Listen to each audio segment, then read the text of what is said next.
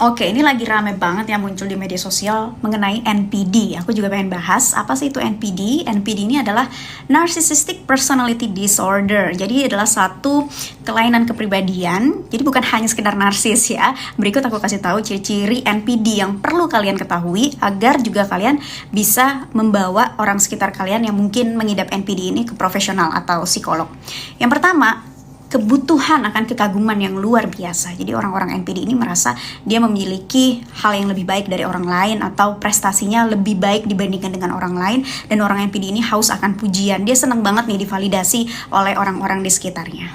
Selain itu, jika sedang berkonflik, dia sangat pandai untuk memutarbalikkan situasi sehingga lawannya ini merasa lawannya lah yang bersalah. Jadi dia tidak mau merasa atau mengakui kesalahannya. Dia selalu melempar kesalahan, dan itu cerdasnya si Narcissistic Personality Disorder. Dia mempunyai kemampuan tersebut dan sudah sangat terlatih. Ciri-ciri kedua dari NPD yang lebih mudah dikenali adalah dia tidak memiliki empati. Jadi kalau di antara kita mungkin bisa memahami kebutuhan, keinginan, atau perasaan orang lain, tidak demikian dengan NPD. NPD ini yang paling dikedepankan adalah ego dari dia. Yang penting egonya dia terpenuhi dan dia tidak memiliki kepekaan akan perasaan orang lain. Jadi tidak segan-segan untuk menyakiti orang lain. Yang ketiga adalah manipulatif. Nah, ini yang perlu kalian ketahui dan waspadai ya. Kenapa manipulatif? Karena NPD ini rata-rata memang mereka orang yang cerdas gitu ya. Mereka orang yang ya bisa dikatakan cukup pandai membawa suasana, sehingga ketika di depan lingkungan sosialnya mereka menjadi orang yang baik, menjadi orang yang penuh dengan daya tarik, komunikasinya juga baik.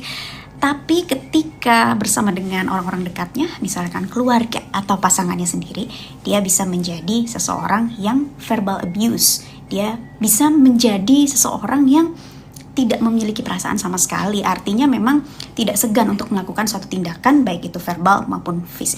Berikutnya adalah controlling. Nah, dia dengan tidak segan untuk mengontrol apapun yang ada di dalam diri kamu. Misalkan kamu adalah teman dekatnya, atau mungkin keluarganya, atau mungkin pasangannya. Nah, dia akan senang itu ya, mengontrol apa yang sesuai dengan keinginannya dia. Karena dia merasa dia paling benar. Dia merasa tidak pernah melakukan kesalahan dan punya ego yang tinggi. Jadi dia sangat-sangat tidak segan untuk mengontrol ya. Bukan hanya memberi masukan, tapi ini sampai pada mengontrol hidup kamu.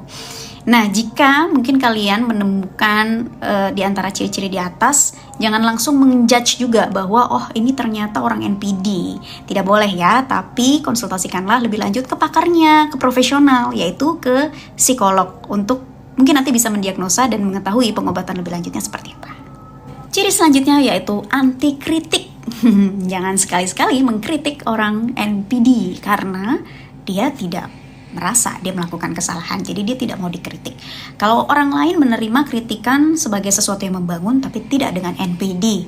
Dia melihat kritikan sebagai orang yang iri kepadanya, dia melihat kritikan sebagai musuhnya dia. Jadi dia pun dengan sangat lantang menolak akan kritikan itu, dan dia meyakini bahwa dirinya lah yang paling benar.